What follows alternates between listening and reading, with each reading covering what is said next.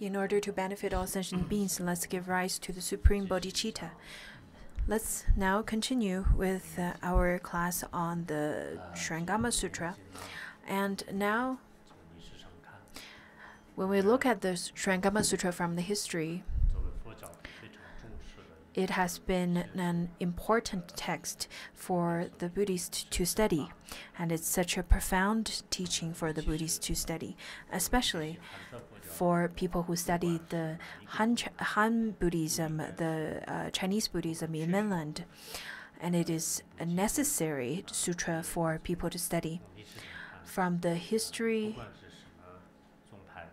we can see that whatever school that you come from, whatever school that you study in fact, the Buddhists have deep understanding, and placed a great importance on the Shrangama Sutra. But now, because of due to various reasons, and because of lots of factors, in fact, not many people are studying the Shrangama Sutra. But time is changing. Same as our studying, meditation, and our contemplation and practice. In fact, lots of the causes and the situations are also changing quite quickly and ever-changing, in fact. So when we're studying the Shrangama Sutra, I noticed that from my observation, I think a majority of you are studying with great attentiveness, and I'm very happy about it. But at the same time, I really hope that you should be prepared. Doesn't matter how long you're planning to study here, I really want you to prepare yourself to study all the way through, because it's probably going to take a long time. And there are people who didn't start studying from the beginning. Then I really want to encourage you to study all the way through till the end, or at least attend as many classes as possible. I only have the oral transmission of the last 2 volumes, not the ones before that. But when we are studying the teachings of the Buddha, I think we'll be able to still receive all the blessings and the wisdom of the Buddha. So during our study, I really hope that you cherish this opportunity to listen to this teaching. I know that lots of people would listen to the class at the beginning. When we begin some classes, maybe they just want to have auspicious cause at the beginning, and maybe they don't want to study afterwards, or maybe they're no longer in the human realm anymore. Anyhow, they would attend the first one class, and that could be their way of studying the sutra. But the majority of us, I really think that you're listening attentively, you then start well, and then you're listening all the way through till the end of the class. So that's really wonderful. And now let's continue with the sutra, with the class. We've already finished the 7 ways or 7 attempts of searching for the mind. And over here, Ananda said that I received lots of affection from the Buddha, but though I listened to lots of your teachings, but I have to practice more. Maybe when he encounters some obstacles, he feels that he needs practice. So over here, the Buddha started to give the teaching on the samadhi, on the actual practice.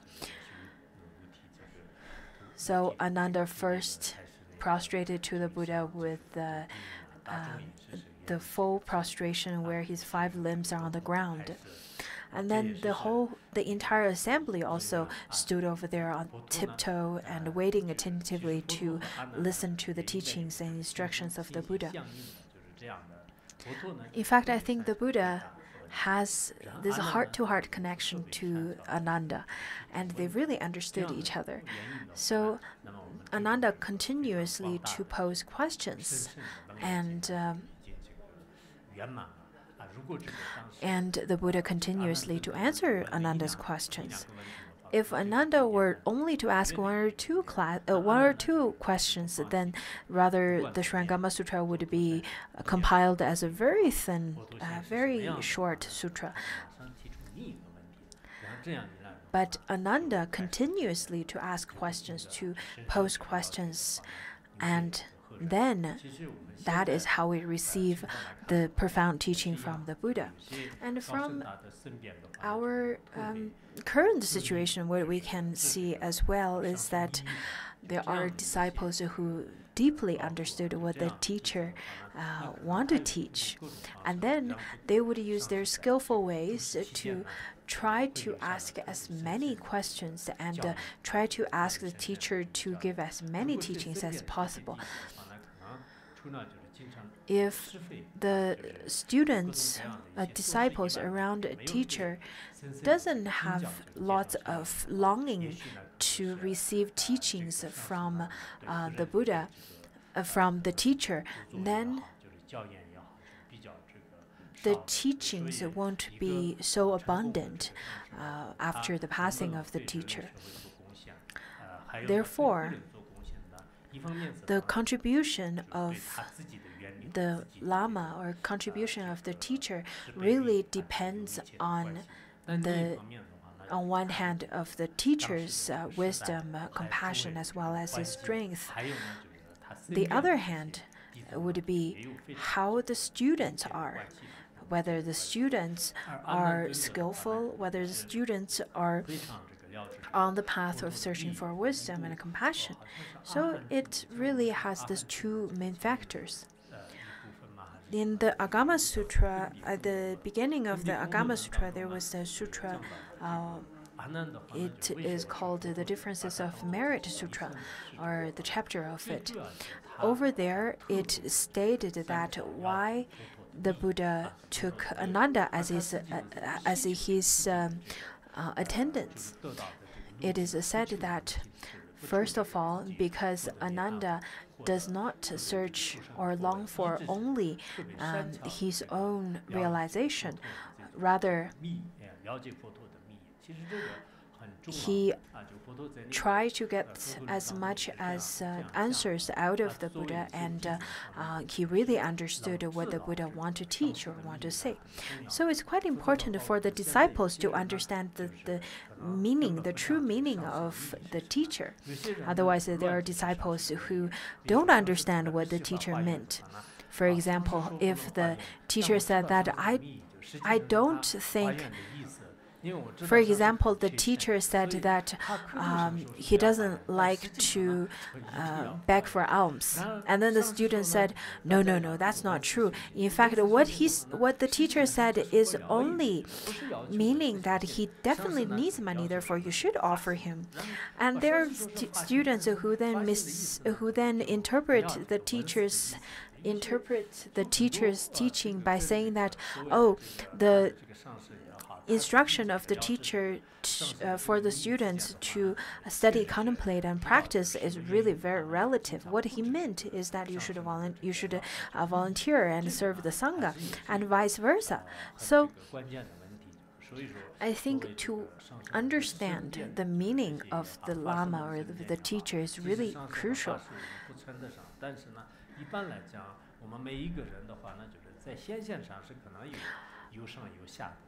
While on the surface, we do have this hierarchy, that we have the manager, we have the Dharma teacher, we have the teachers, we have the high lamas and all that. But for the students whomsoever are serving them, you should have understanding of their true meanings instead of interpreting them in the wrong way, which could mislead others. So let's look at the sutra. Over here,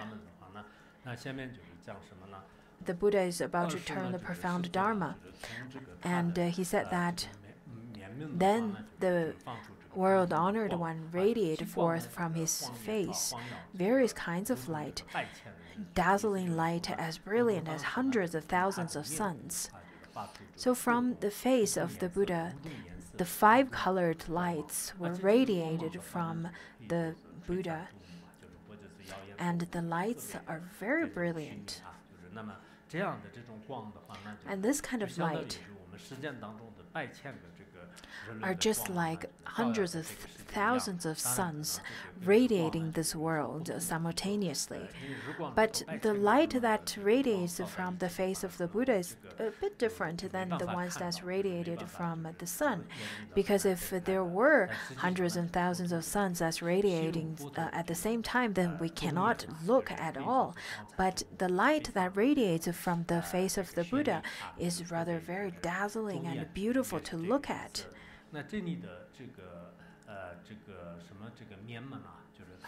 And Mianmen, which is in Chinese, but what it is translated directly is the face door. From some of the teachings, it is stated that it is a light that radiated from his mouth. And from the Tibetan version, it is stated that it is the light that radiated from the center of his the center white hair in the middle of his eyebrows. In fact, when we read the sutras, there are different kinds of places where the Buddha would radiate lights. Sometimes his face, sometimes his middle of between the eyebrows, and in fact they have different meanings. For example, the light that radiates from the middle of between his eyebrows is in fact is a teaching of the Mahayana. And if it were radiated from the mouth, then it is a teaching of the 3 yanas. Some masters, including Master Zixuan, in his commentary, he said that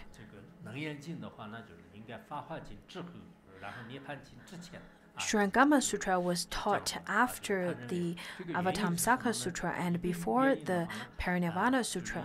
Why is that? He listed 2 reasons. And the first one is that, first of all, at the beginning of this sutra, Pasenati will then tell his own story of how he saw the river Ganges when he was young, and now he sees the Ganges rivers and all that.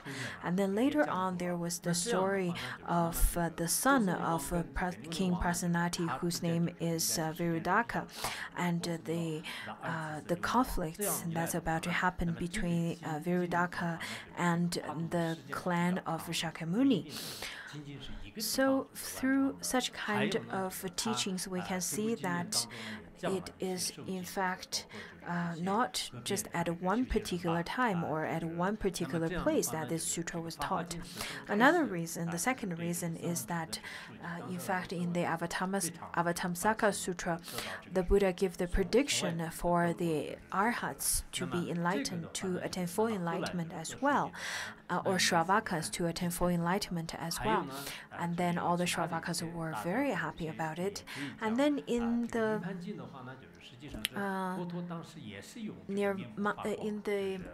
Mahaparinirvana Sutra, where the Buddha also radiated the light from his face and passed into parinirvana. And before that, he asked if there are questions to be asked. And if there were no questions, he would then pass into parinirvana. So there is something very similar as well. Therefore, we can see that the teaching of the Shurangama Sutra is taught between the Avatamsaka Sutra and the Parinirvana Sutra. And over here,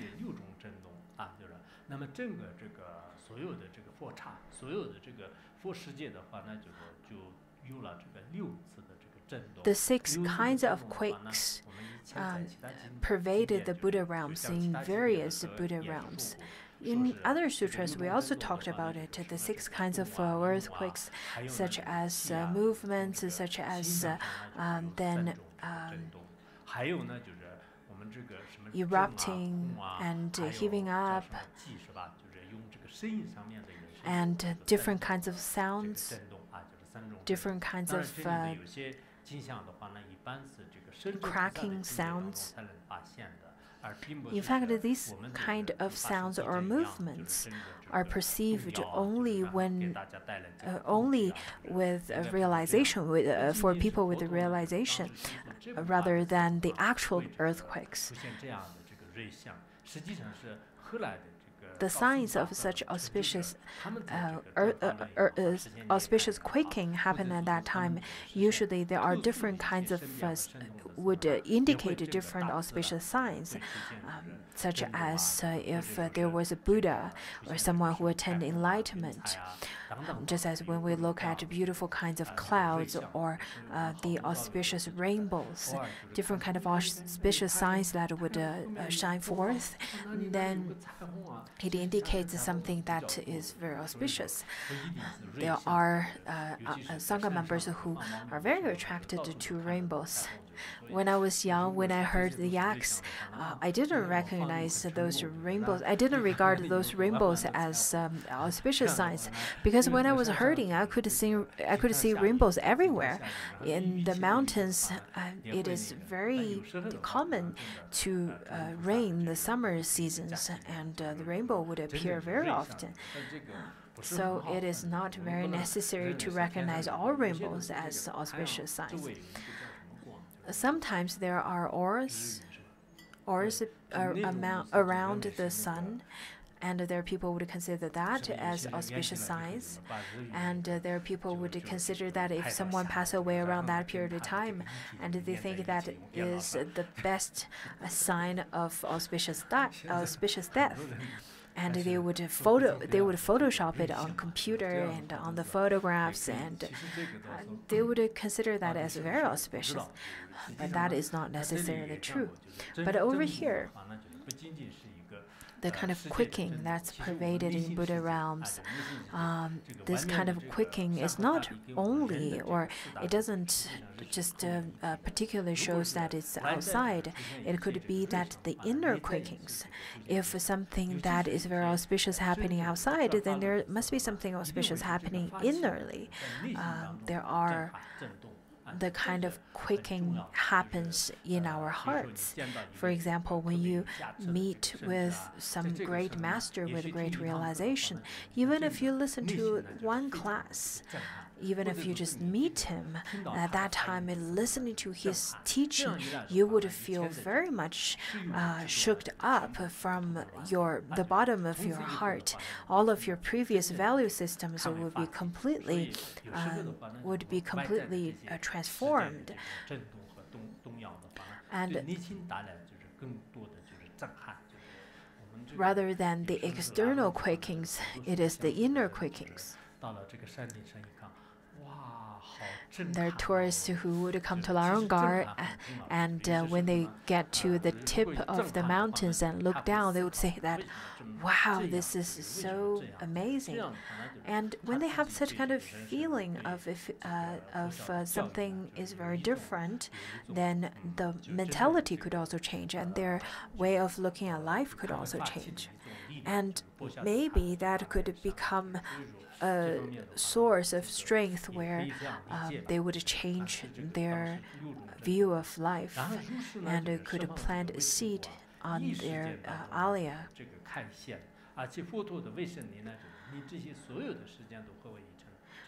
So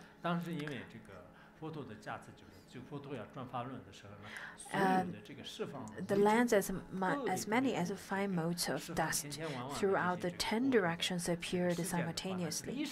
In fact, at that one moment, simultaneously, all the Buddha realms of the 10 directions appeared.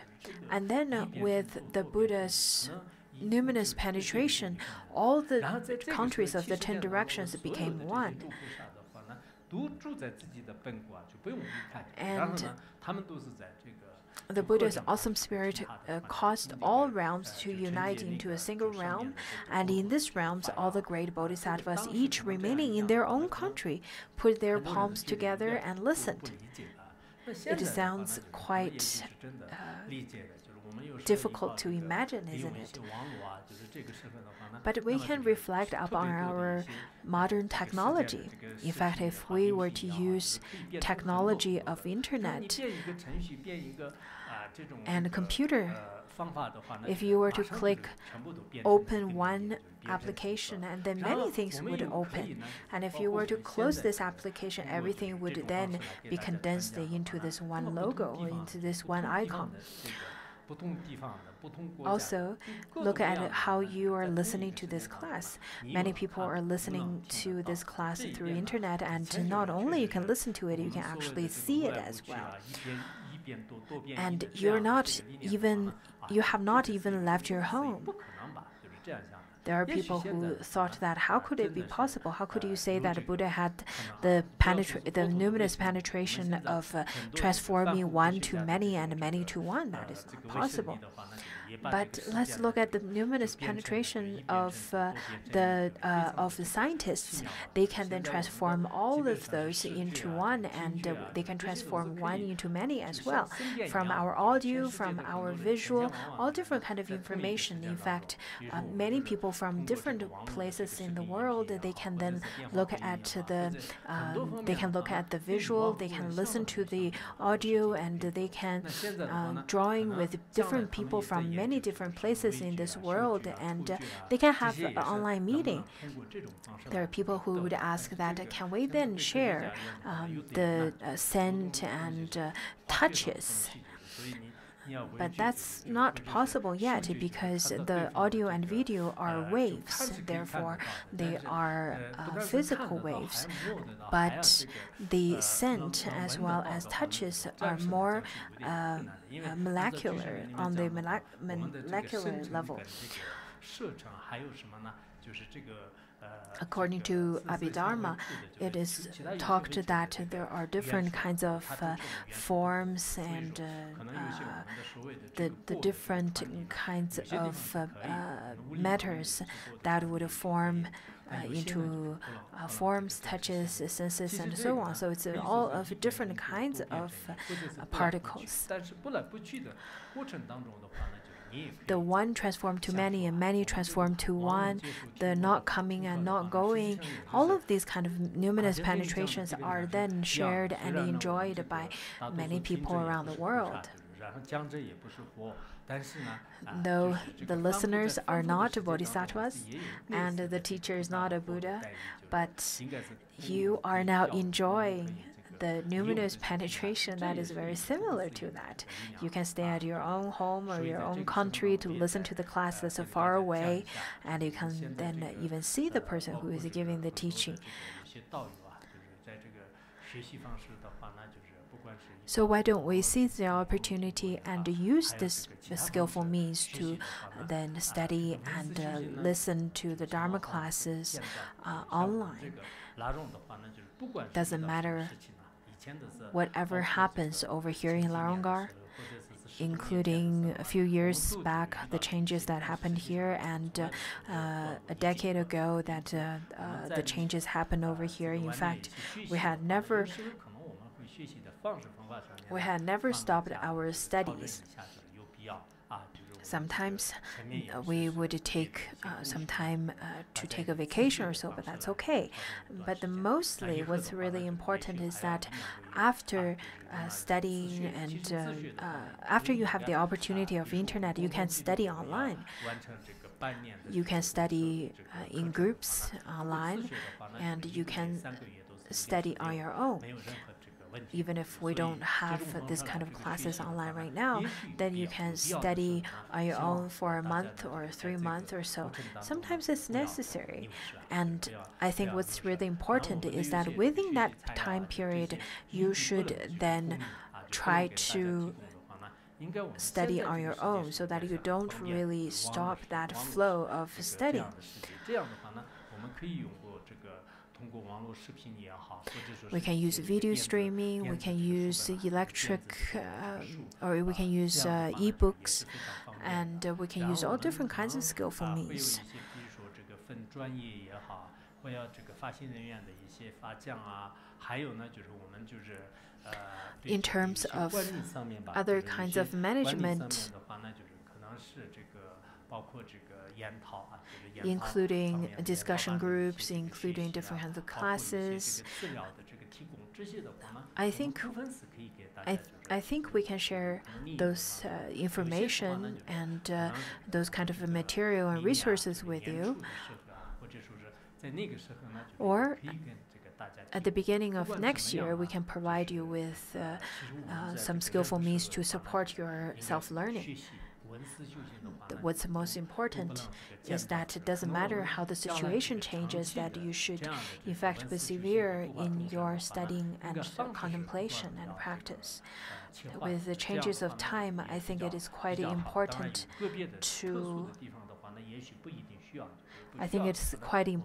to continuously to study and invest your time in such a way. Maybe because of the change of time and the differences of time, we have to make some changes, but what's necessary is that you would use all the skillful means to study.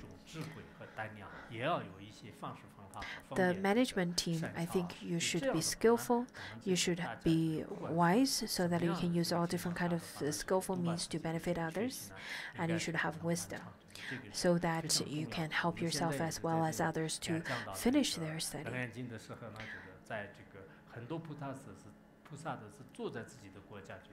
Over here it says that the bodhisattvas each remaining in their own country, in their Buddha field, and they are listening to the teachings of the Buddha.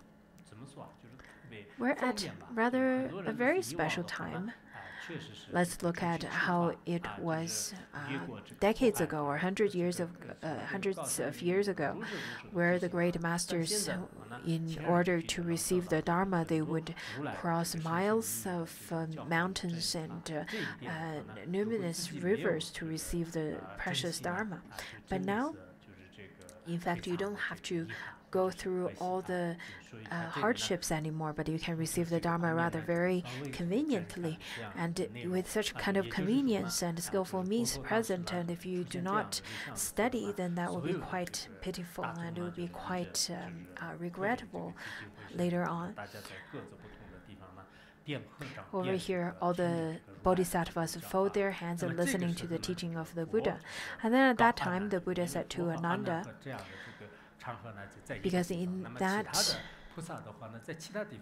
because the Buddha in fact is in the same place, at the same place as the Ananda. All the bodhisattvas are in their own Buddha fields, and the bodhisattvas, while listening to the teaching of the Buddha, and they fold their hands and listen, maybe they can see them as well.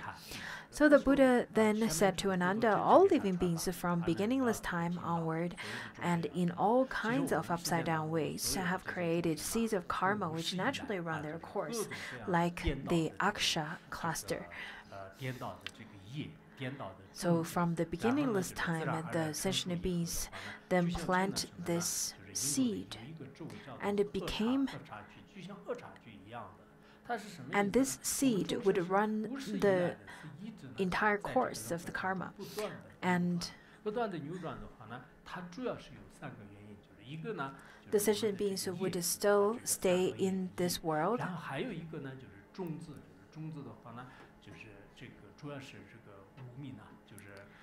And this seed has ignorance and afflictions,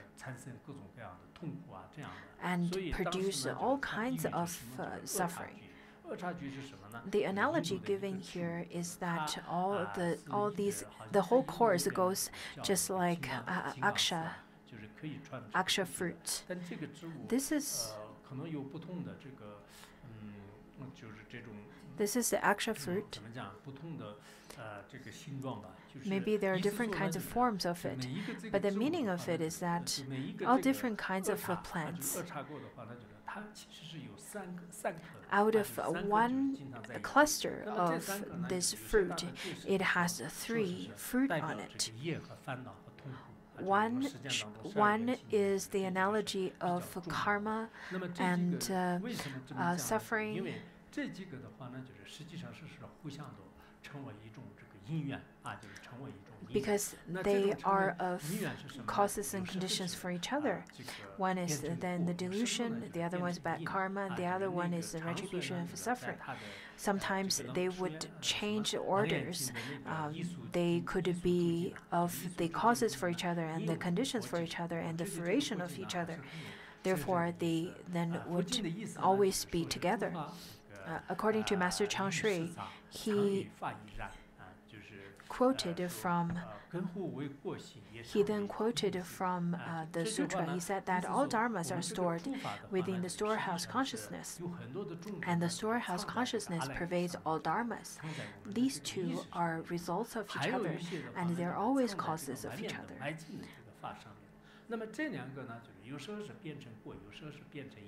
Sometimes they would be the causes of each other, and sometimes they could be results of each other.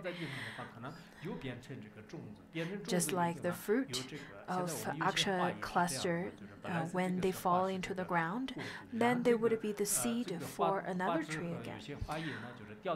Such as some of the flowers nowadays, after the flower wither, the fruit would fall down in the ground, in the earth, and then it would grow into flower again in spring. There are people with great aggression and anger when they were young, and they would grow up with such kind of habitual pattern as well. And sometimes such kind of habitual pattern is very much hidden. Just as the sutra says, some of the fruition would ripen within one's mind stream, and some of the fruition would ripen on the external situation. For example, someone would grow up as someone who has lots of anger, and someone would grow up as someone who has a good temper, however, grows in a poor environment. As previous masters of Buddhism, they would say that whatever adversity you encounter, consider it a chance to purify your previous negative karmas rather than create new ones through it. It is best to pacify your previous negative karma. Do not then cultivate the new ones through the bad karma. Rather, the mundane beings, what they would do is that they do not only their previous evil karma would come to maturation. In fact, lots of their new karmas would also come to fruition. They would create new negative karmas through the whole process of it, and they continuously create negative karmas for themselves. And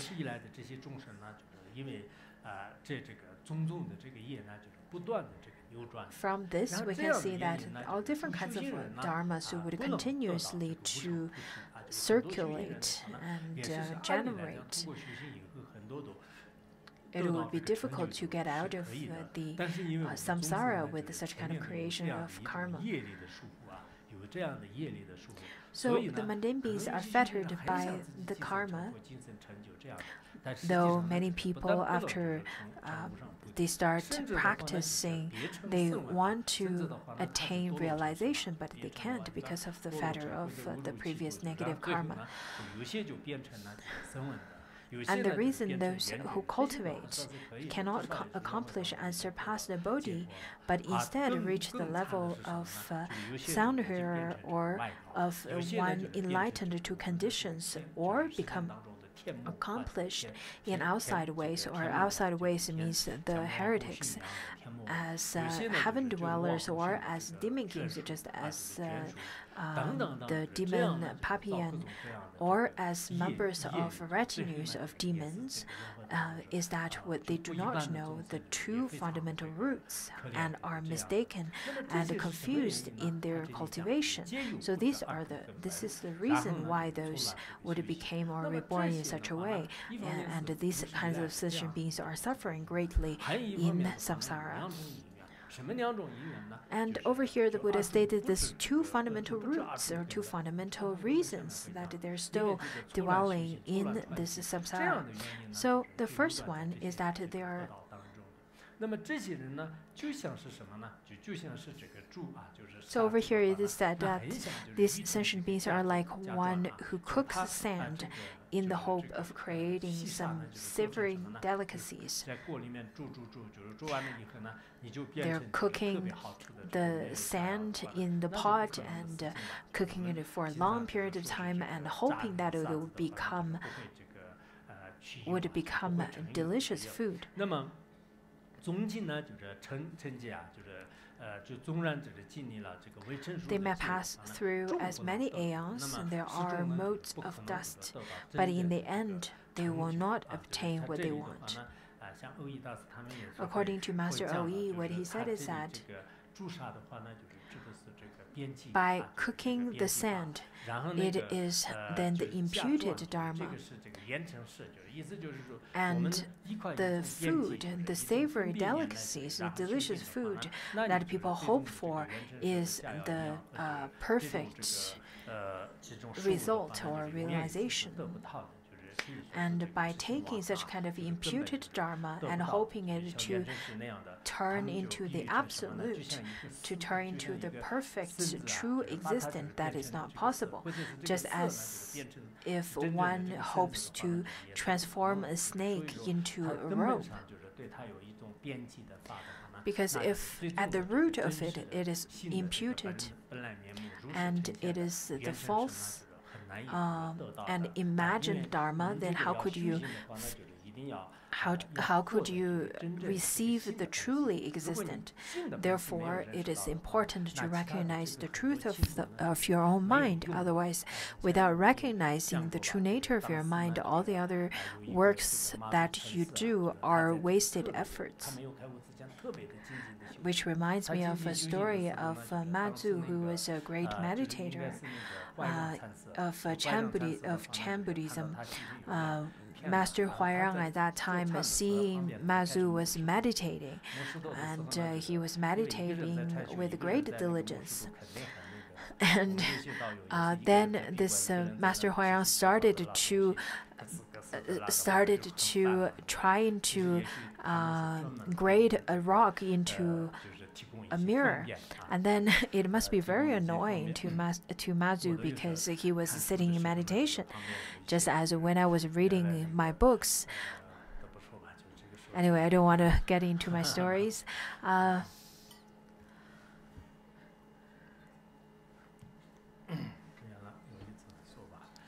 will tell the story actually. No, I won't.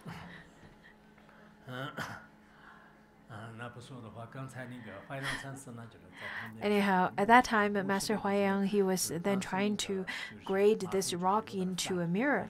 And upon hearing him grading this rock right beside him, Mazu then asked Master Huaiyang, saying that, "What are you doing?" And Huaiyang said that, "I'm trying to grade this into a mirror." And he said, "That's not possible." And then Master Huaiyang said, "It's the same thing, that you're trying to meditate and become a Buddha. How could that happen?" So with the teaching of Master Huaiyang to Mazu, he said that you should recognize the nature of your mind, and only that you watch the nature of your mind, you could attain enlightenment, but not through only meditation. Some of the masters who have deep connection to the Dharma and have lots of merit, when they listen to even one sentence of instruction, they would gain enlightenment right away. And for people who don't really have lots of merits, doesn't matter how much you give teachings to them, they don't understand it. They won't get the point of it. So over here it points it out that if you were to only sit statistically with the posture of meditation and meditate in such a way, you won't attain enlightenment. So, what are the two reasons over here that is listed by the Buddha? The first one is that the basic root of birth and death caused since the time without beginning by wrong use of clinging mind, which people mistaken for their own nature.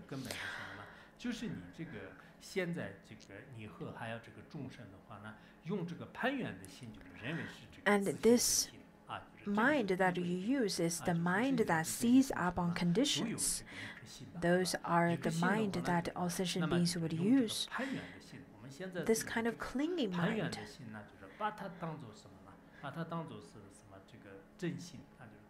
Lots of people would then consider this clinging mind as the true nature of mind.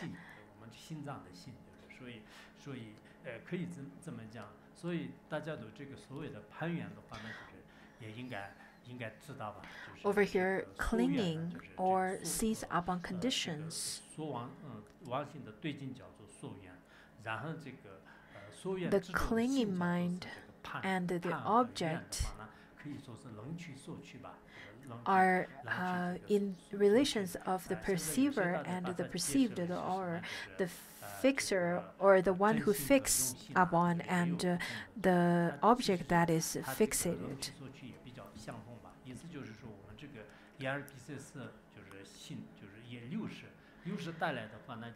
The six senses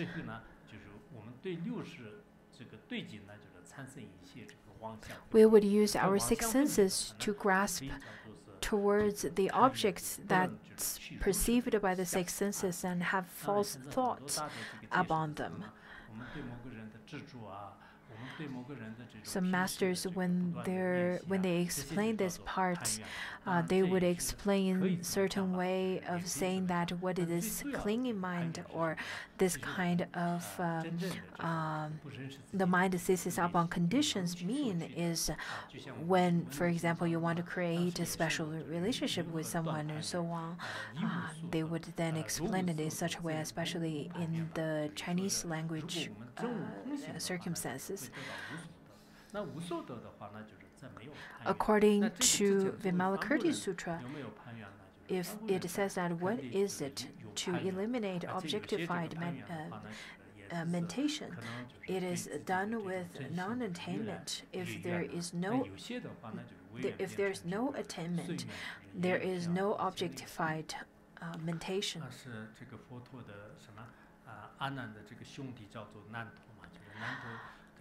Which reminds me of the story of Nanda.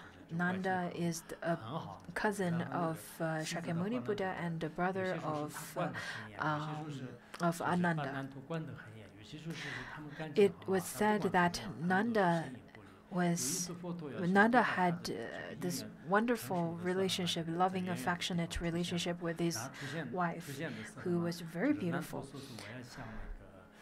And then once the Buddha was begging for alms, and Nanda was just around, and he told his wife that he's going to offer some rice to the Buddha. And Nanda's wife said that, I only let you go for a very short moment, as short as the moment that my spit you can only leave for the moment of time that my spit won't dry on the ground. So she spit on the ground, and Nanda then went to the Buddha and made offering to the Buddha.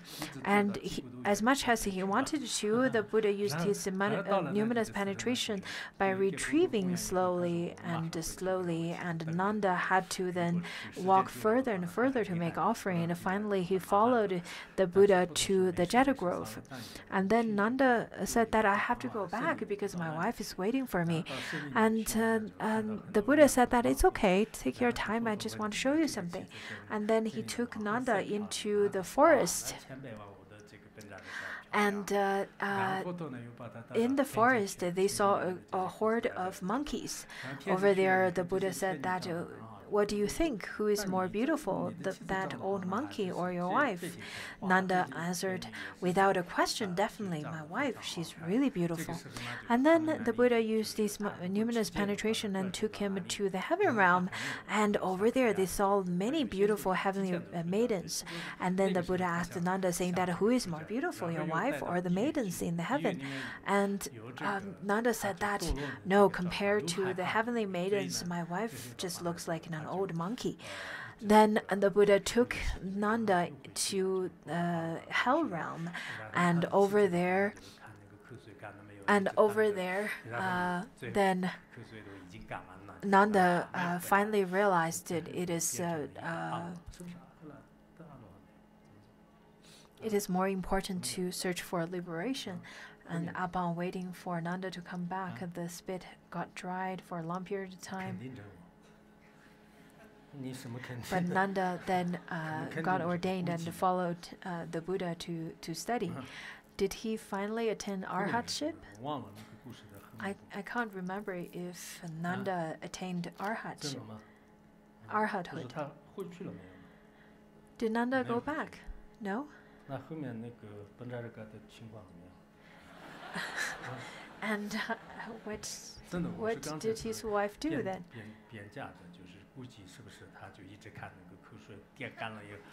I was joking about the wife was staring at the spit.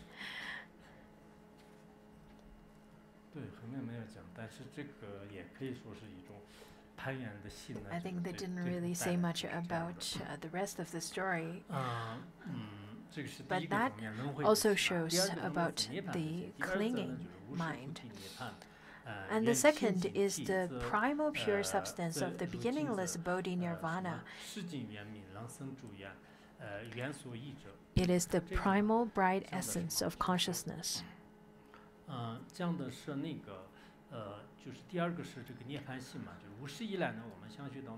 So the first one is the mind of deluded mind, and the second one is the nirvana mind or the Bodhi mind, where it says that it is a primal pure substance of the beginningless Bodhi Nirvana.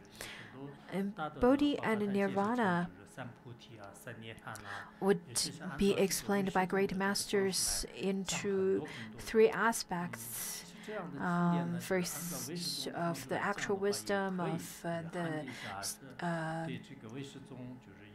the true nature, of people who have accomplished the Bodhi, and so on. But that's from the mind-only school. Master Xuanzang, his whole career was focused on the propagation of mind-only school, of Yogacara school. According to myself, in my opinion, because I've studied the mind-only school as well, the Yogacara as well, but to my humble opinion, I really feel that compared to Madhyamika,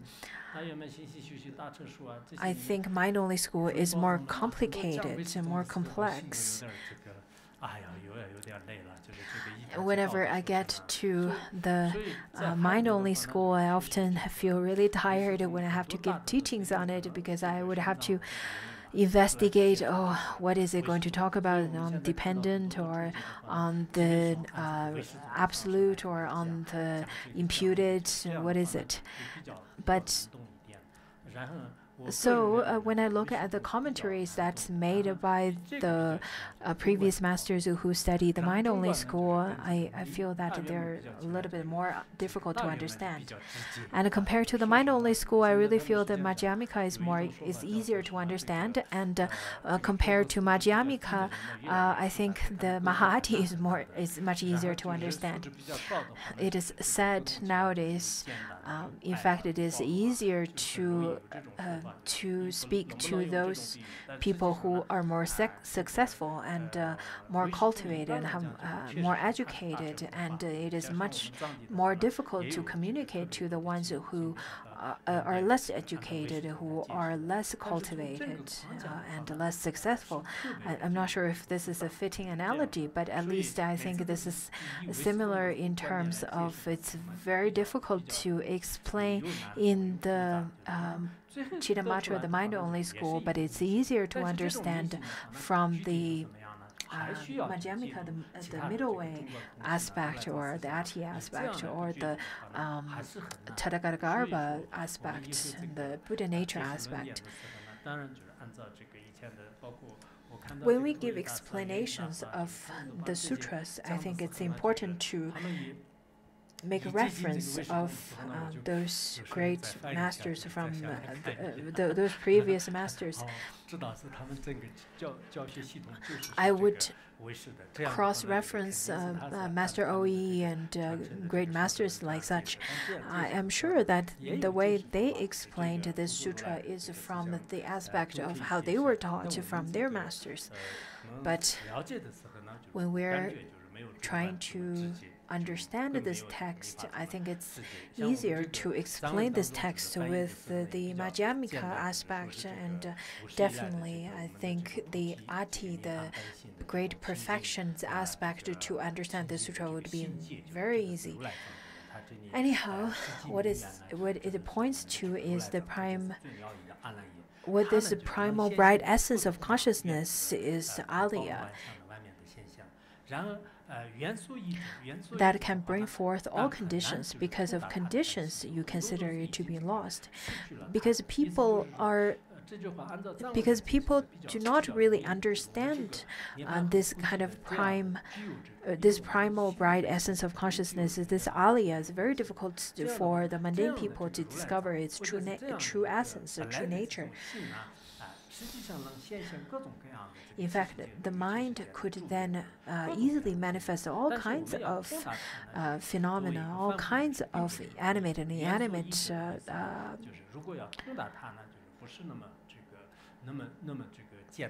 But to completely understand it is very difficult. To completely bring forth all such would be very difficult. And it is also explained that the bodhi is from the realization aspect, and nirvana is from the abandonment or the eradication aspect of realization.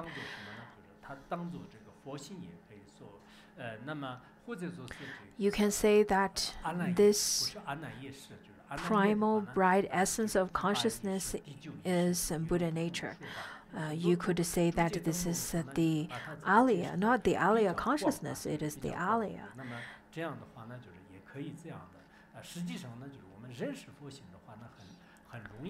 In fact, to recognize Buddha nature is rather very easy. According to the records of the transmission of the lamp, where it says that those who realize it knows it is the Buddha nature. Those who don't realize it call it a soul. For the people who recognize this nature, then they can know that this is the Buddha nature. And for those who don't realize it, they would give it all kinds of names, such as soul, such as Atman, all different kinds of names. And this mind of nirvana is very difficult to recognize, it is said, for the sentient beings, for the mundane sentient beings. And living beings lose sight of the original brightness of this Alaya. Therefore, though they use it to end their days, they're unaware of it, and without intending to, they enter the various destinations of the 6 realms in samsara.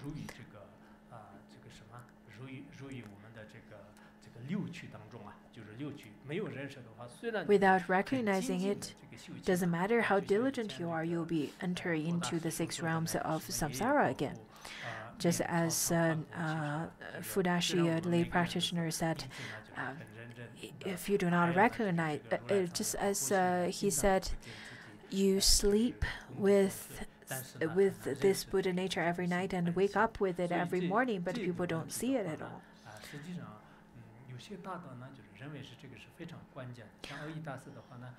Great masters would say that this is really important. These two points that's brought by the Buddha, the mind of the mundane and the mind of nirvana. In fact, these are the 2 keys of Shurangama, and this is taught through an instructional way. such as Master O.E. would consider this as of crucial importance out of Shrengama Sutra. So first one is that the mundane beings do not recognize their mind that clings and mistaking it to be the true nature. And the second one is that people do not recognize their Buddha nature. So I think if you were to understand some of the teachings from the Tathagata Sutra, you will be able to understand it easier. 那么我们下面呢，就是再讲一下那个，这个是就刚才两个这个根本问题已经讲完了。然后呢 We've already finished the two crucial questions, or two crucial points brought by the Buddha. And then the Buddha said that, Ananda, since you now wish to know about the path of shamatha, because I think Ananda, after encountering some problems or obstacles that happened to him, he really wanted to practice. Just as some of our masters, when they go out and teach the Dharma, some of them, a group of them, would say that they have to study harder because there were people outside of Varunga asked them very difficult questions, and then they feel that they really lack the systematic studying and contemplation. Therefore, they want to do that. And there are people who would go outside and teach, and they encounter some obstacles, and they vow to practice more after they come back. And over here, Ananda then said that he wants to recognize his nature of mind through shamatha, through practice. And over here, the Buddha said that since Ananda, you want to then transcend this birth and death, then I will question you further. In fact, over here, this kind of questioning of the Buddha is very much similar to the direct pointing out of the nature of mind that is taught in Vajrayana. Over here, the Tathagata raised his golden arm and bent his 5 wheeled fingers.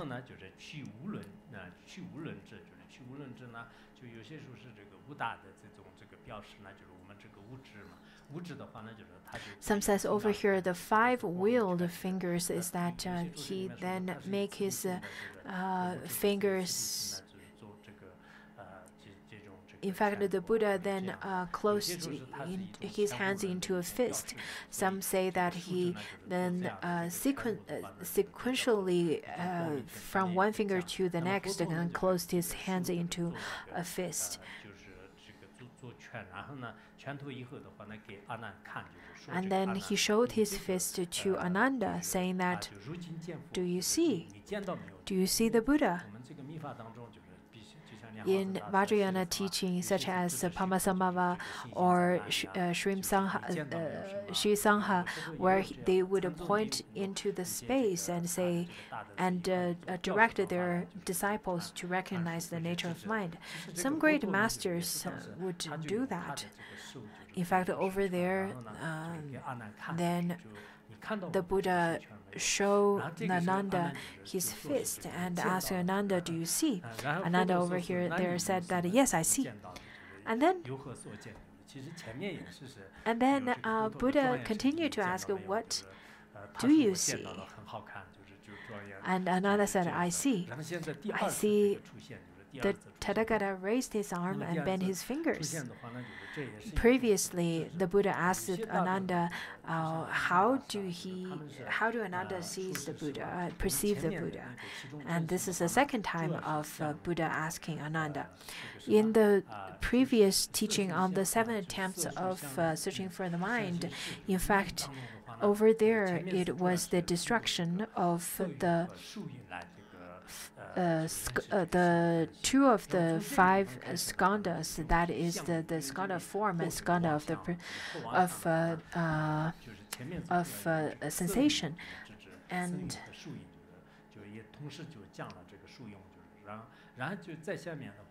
over here, it is more on the consciousness.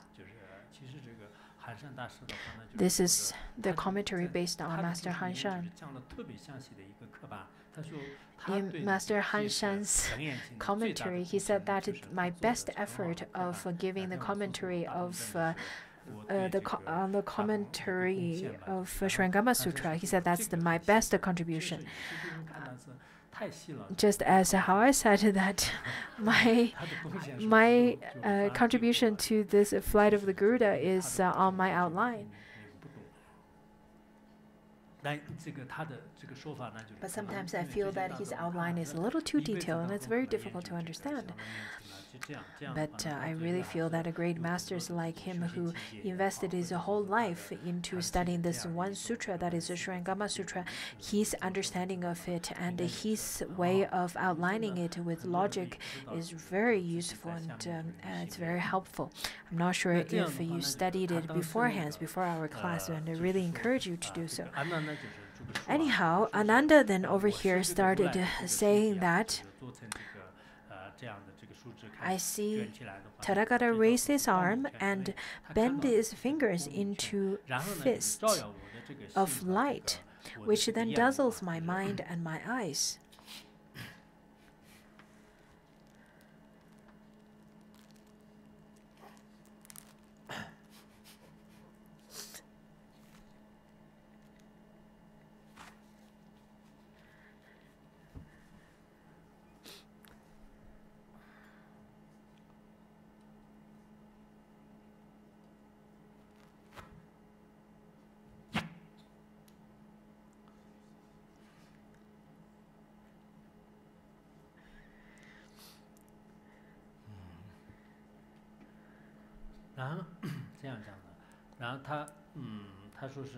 And then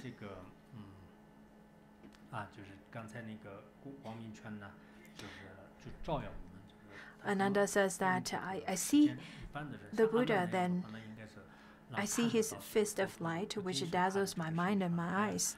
In fact, Ananda, he could perceive not only the fist, rather he see it with the lights. Just as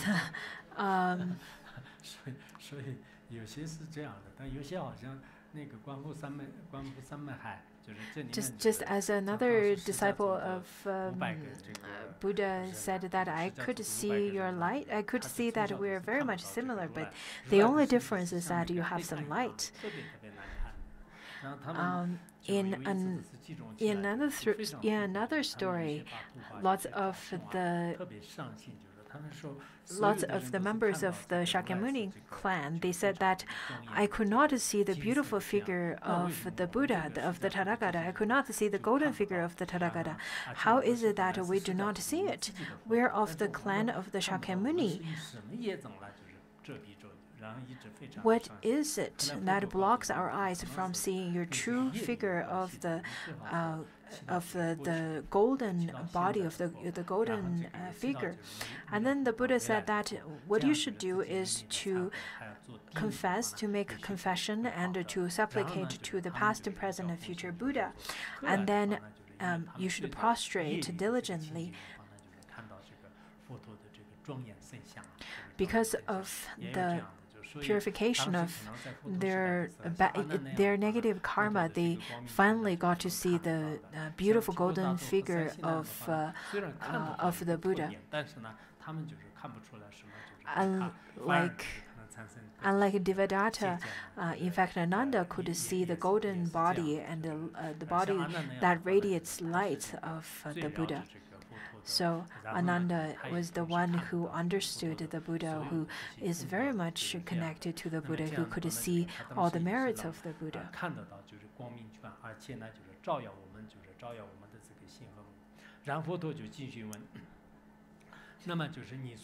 And the Buddha continuously then to ask him, saying that, well, since you can see, then what do you see it with?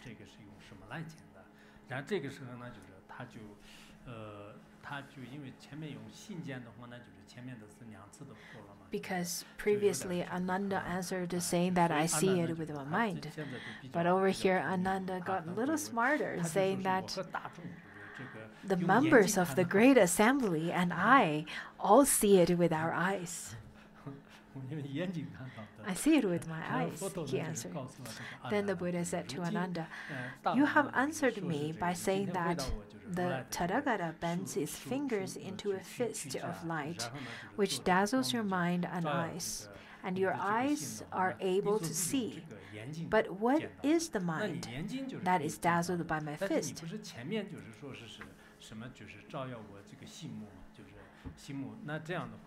Since you've already said that it dazzles your mind and eyes, this is your eyes are able to see, but then what is the mind that is dazzled by?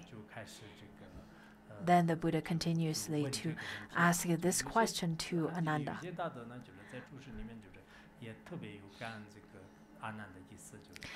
In the lots of the Chinese commentaries, we can see great masters from the past. They feel very grateful to Ananda because they feel that if Ananda were to stop asking questions and were to not ask the right question or answer the right answer correctly to the questions of the Buddha, then the Buddha won't be able to give such profound teaching to us.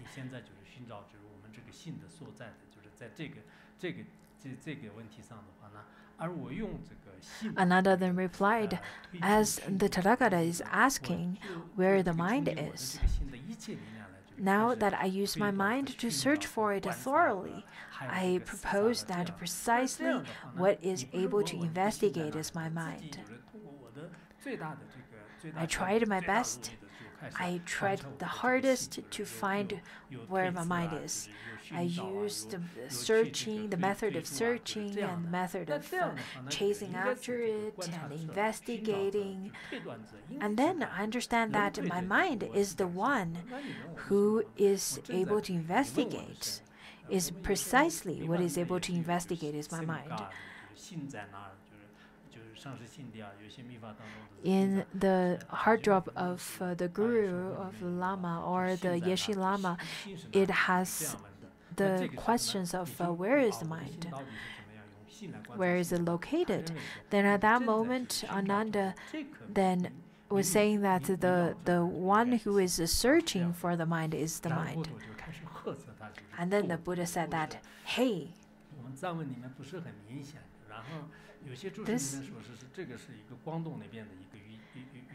this one that's translated into Chinese was said in a commentary that this particular word is from the southern part of China. It's rather a dialect, and especially connected to how where the translator was, then it's probably true, isn't it? I'm not sure if it is. And then over here, the Buddha said that, hey, I've told you so many times that this is not your mind. That's very silly of you. I've been teaching you for a long period of time, and you don't even understand this?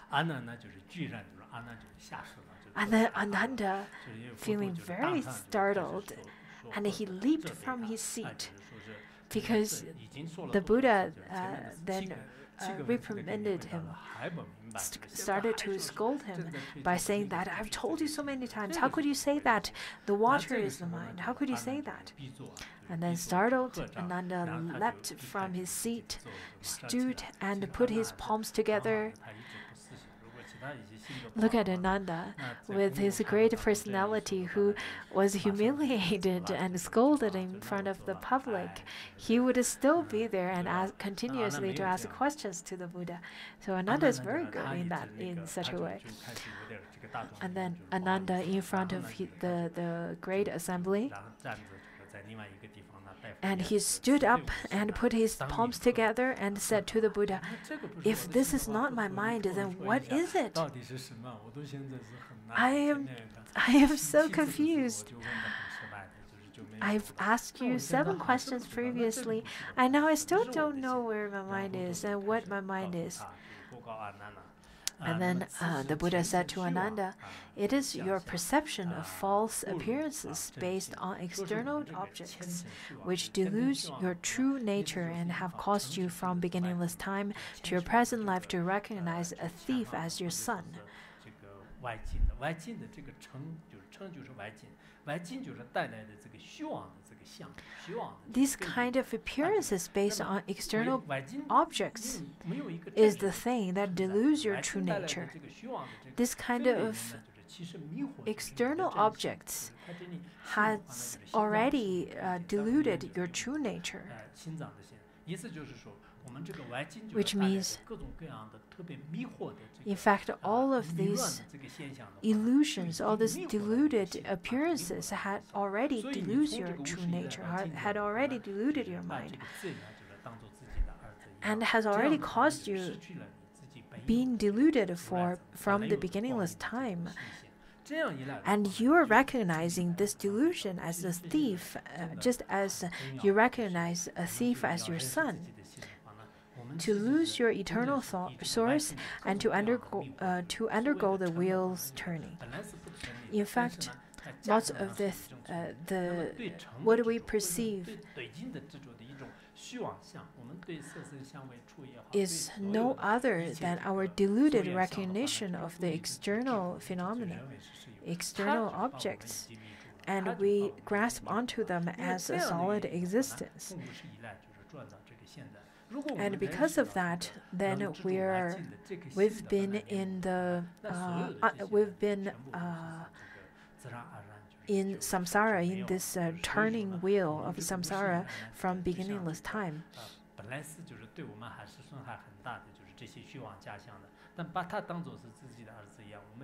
The delusion that we perceive, and we would perceive such kind of delusion as a truth, is no other than recognize a thief to be your own son. In fact, the external delusions are the thieves, and you would take what is you would consider that music is good to your ears, it's very nice to listen to, and things are beautiful to look at, and so on. So today we'll stop here, that to undergo the wheels turning.